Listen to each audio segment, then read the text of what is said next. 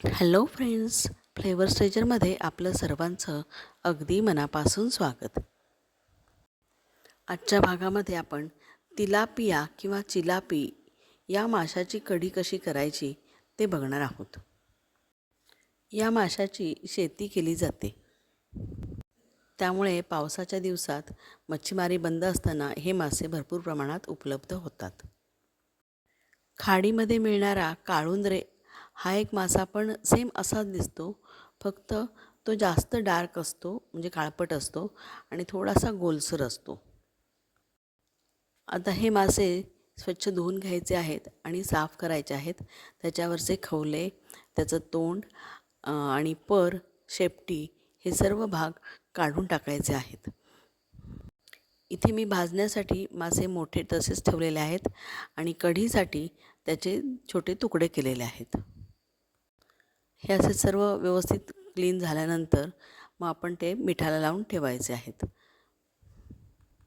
याचे हे खवले खूपच घट्ट असतात, त्यामुळे थोडा त्रास पडतो काढायला, पण संपूर्णपणे व्यवस्थित काढायचे असतात, नाहीतर ते सगळे खवले कढीमध्ये पसरायला लागतात. मासे सुटी केल्यानंतर ते मिठाला लावून ठेवायचे आहे. साधारण एक 15-20 मिनटं त्याला मीठ लावून व्यवस्थित ठेवून द्यायचं आहे अशा प्रकारे. आणि त्यानंतर मासे पुन्हा एकदा स्वच्छ धुवून पोटातली त्याचं सगळं घाण वगैरे काढून मग हे आपण कढीसाठी वापरू शकतो. आता वाटणासाठी इथे लाल मिरच्या घेतल्या आहेत, 15 तरी आहेत त्या. अर्धा कांदा उभा चिरून घेतलेला आहे, धणे घेतले आहेत 1 चमचा आणि 1 मोठी वाटी भरून ओला नारळ खिसून घेतलेला आहे आणि अर्धा चमचा हळद घेतलेली आहे.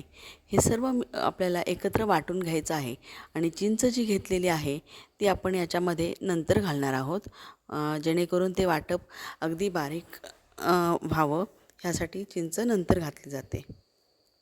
मिरचीची देठं काढून टाकायची आहेत. उरलेला अर्धा कांदा बारीक चिरून घेतलेला आहे, हा आपण तेलामध्ये परतून वापरणार आहोत. चिंचेमध्ये थोडंसं पाणी घालून ठेवायचं आहे, जेणेकरून ती भिजेल आणि वाटताना पटकन वाटली जाईल. भांड्यामध्ये तेल गरम करत ठेवलेलं आहे. तेल साधारण 2 चमचे घेतलेलं आहे आणि याच्यामध्ये हा कांदा घालून व्यवस्थित ट्रान्सपरंट होईपर्यंत परतून घ्यायचं आहे. आपण बाकीचं वाटपसुद्धा तयार ठेवलेलं आहे आणि आता हे व्यवस्थित परतून झाल्यानंतर आपण त्याच्यामध्ये हे सर्व वाटप ओतणार आहोत. यामध्येच मिक्सरच्या भांड्यामध्ये असलेला संपूर्ण हे जे वाटप आहे हे पाणी घालून पूर्ण धुवून त्याच्यामध्ये ते पाणी ॲड करायचं आहे. आपल्याला जितका थिकनेस हवा आहे आमटीचा किंवा माशाच्या कढीचा, तेवढा थिकनेस आपण याच्यामध्ये पाणी ॲड करून करू शकतो. आणि तेवढं झाल्यानंतर मग हे व्यवस्थित उकळू द्यायचं आहे. मीनवाईल आपण मासे जे मिठाला लावून ठेवलेले होते ते सगळे आपण स्वच्छ धुवून घेणार आहोत. 3-4 वेळा ते पाण्यातून काढायचे आहे, जेणेकरून त्याच्यावरचे सर्व खवले आणि आतली घाण निघून जाईल आणि तोपर्यंत आपली ही कढी उकळायला येत असते. अशा प्रकारे हे माशाचे तुकडे स्वच्छ करून घेतलेले आहेत, धुवूनही घेतलेले आहेत पुन्हा, आणि आता हे आपण उकळणाऱ्या कढीमध्ये एक एक करून सोडायचे आहेत. हे मासे चवीला अतिशय छान असतात आणि हेल्दी पण आहेत, त्याच्यामुळे इतर माशांसारखेच या माशांनासुद्धा नेहमीच्या जेवणामध्ये स्थान मिळायला काहीच हरकत नाही.